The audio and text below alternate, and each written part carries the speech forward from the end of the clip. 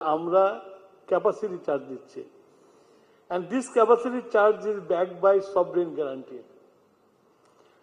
এখন যারা ক্যাপাসিটি চার্জে যারা ইনভেস্টমেন্ট করেছে তাদের sovereign guarantee is a bankable instrument, they have use that. আমি যদি এখন সভরিন গ্যারান্টি চাই তাকে ফেরত দেবে, আমাকে ফেরত দেবে না। তার অর্থ হলো যে state is bound to give the money, আমি যতই চেষ্টা করি না কেন। তো আবার বেশি খোঁজাখুঁজি করতে গেলে আপনি বললেন যে ইনভেস্টমেন্টের কথা বললেন, এমনি তো জ্বালানির জমালা আছে, তারপরে আমার ইকোনমিক রেটিং কমে যাবে কারণ আমি পেমেন্ট করতে পারছি না তাদেরকে।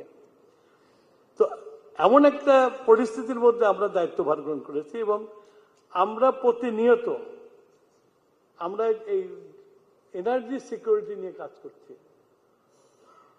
আমরা প্রায়ই আমাদের প্রধানমন্ত্রী আমাদের সাথে বসে সিকিউরিটি কিউ করা যায়, নানান অপশনস আমরা খুঁজছি, but it is difficult. Energy itself is a difficult subject.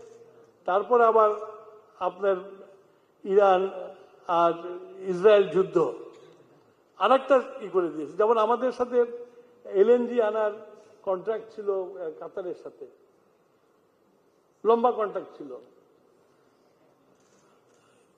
আবুধাবির সাথে ছিল, আপনার ফোর্স মেজর ডিক্লেয়ার করে দিয়েছে যুদ্ধের জন্য। So we have to go for other source. এখন আপনি বোঝেন যখন আমি আদার সোর্সে যাই এবং আমি যখন হরমুজকে অ্যাভয়েড করতে চাই, প্রাইস অনেক উপরে চলে যায়। এবং গতকালই আজকে আমার পার্চেস কমিটির মিটিং আছে, তো আমাদেরকে ভেরি হাই প্রাইসে এলএনজি কিনতে হয়েছে।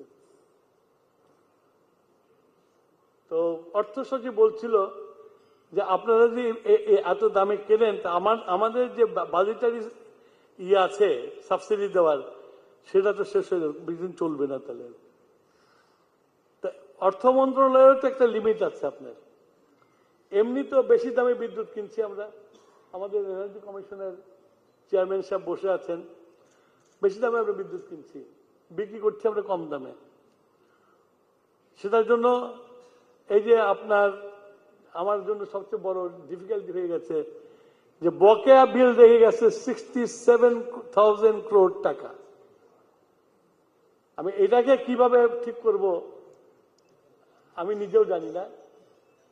আমরা একটা কমিটি করেছি অর্থ মন্ত্রণালয়ে যে কিভাবে আমরা এই কারেন্ট বিল সাথে এই 67,000 crore টাকা কিভাবে পে করবো আপনার। This is a heavy pressure on the exchequer.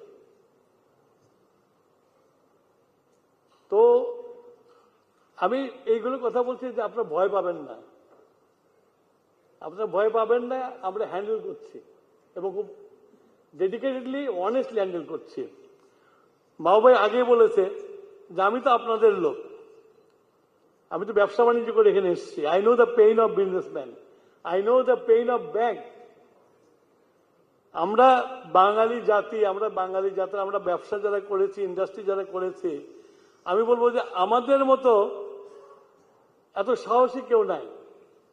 কারণ যে দেশে ইন্ডাস্ট্রিতে প্রোডাকশন করে তার 30% কস্টিং 30% দিতে হয় ব্যাংকে, সার্ভিস চার্জ থেকে শুরু করে, তারপরে প্রফিট করে ঘরে দিয়ে ডাল ভাত খেতে হয়। তো একমাত্র বাঙালি পারে, আর কেউ পারবে না এটা করতে। পৃথিবীর কোথাও এটা নাই, কিন্তু আমরা পারি, কারণ আমাদের মধ্যে ওই মনোবলটা আছে, আমাদের সাহস আছে, সেটা করতে পারি আর কি। যে আপনার লাভের পরিমাণ কত করতে হবে আমাদের, তাহলে 30% যখন আমরা এই সরকারি ইন্টারেস্ট, সার্ভিস চার্জ সব দিয়েছি আর কি।